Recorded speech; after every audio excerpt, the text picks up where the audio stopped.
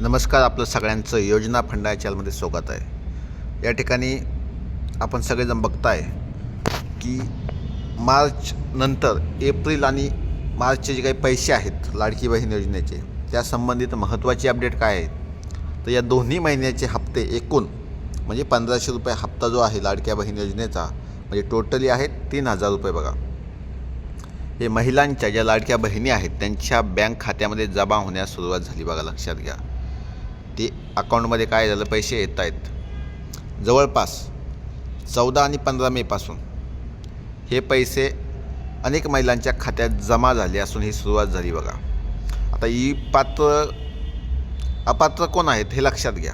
ज्या महिलांनी KYC केली नाही किंवा ज्यांची अपूर्ण आहे, अपडेट झालेली नाही, अशा महिलांनासुद्धा शेवटची संधी या ठिकाणी भेटते। बघा, तुम्ही लक्षात घ्या, मोठ्या प्रमाणात करण्यात आले KYC पडताळणीमध्ये तांत्रिक चुका, आधार लिंक नसणे, चुकीची माहिती यामुळे लाखो महिलांचे तात्पुरते अर्ज या ठिकाणी त्यांनी थांबवलेले आहेत। बघा, ते तात्पुरते आहेत, त्या ठिकाणी तुम्ही सुधारणा करू शकता।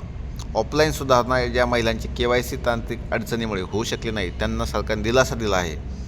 अशा महिला आता महिला व बालविकास विभागामध्ये कार्यालयात प्रत्यक्ष जाऊन कागदपत्रे सादर करू शकता आणि दुरुस्त करू शकता। लक्षात घ्या, जर तुमची KYC अपूर्ण असेल तरीही तुम्ही बँक खात्यामध्ये या ठिकाणी काय पैसे येऊ शकता। आलेले नाहीत तर सरकारकडून ऑनलाईन तक्रार करण्याची सुद्धा या ठिकाणी काय सुविधा या ठिकाणी सरकारनं केली आहे। बघा,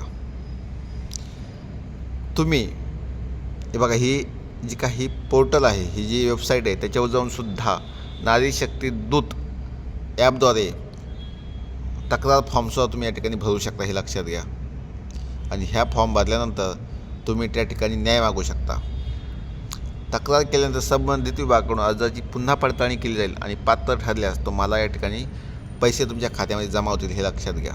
त्यांनी स्पष्टपणे सांगितलं आहे, पण तुम्ही काय करणं महत्त्वाचं आहे, तक्रार करणं महत्त्वाचं आहे। लाभार्थी संख्येमध्ये घट झाली आहे आणि कडक पडताळणी साहजिक आहे।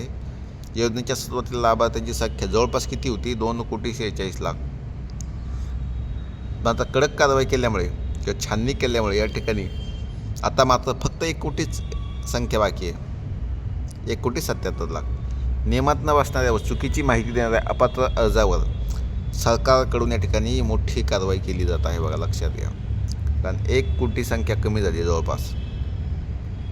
ताबडतोब बँक खाते तुम्हाला चेक करायचे आहे, त्या ठिकाणी DBT ॲक्टिव्ह आहे का हे सुद्धा बघायचं आहे। जर पैसे आले नसतील तर अर्जाचा स्टेटस या ठिकाणी चेक करा आणि गरज भासल्यास ऑनलाईन सुद्धा तुम्ही तक्रार नोंदवू शकता महिला व बालविकास खात्यामध्ये। जय हिंद, जय महाराष्ट्र।